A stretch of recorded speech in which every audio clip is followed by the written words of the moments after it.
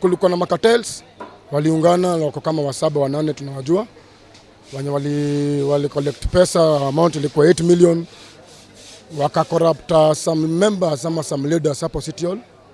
Tukuje tutolewe kwa sababu walikuwa excuse yao ilikuwa ati biashara yetu tunauza kuwashinda, ati sisi ni wachafu, hatulipi taxes, but zote zilikuwa lie. Tuliconfirm sio City Hall imetutoa.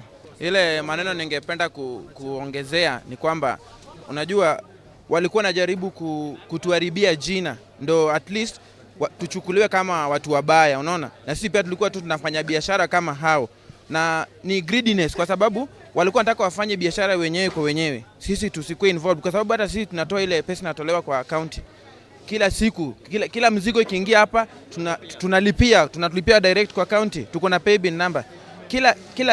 Tunafanya tu biashara kama hao, si ati tunafanya biashara ati njia nyingine sijui nini.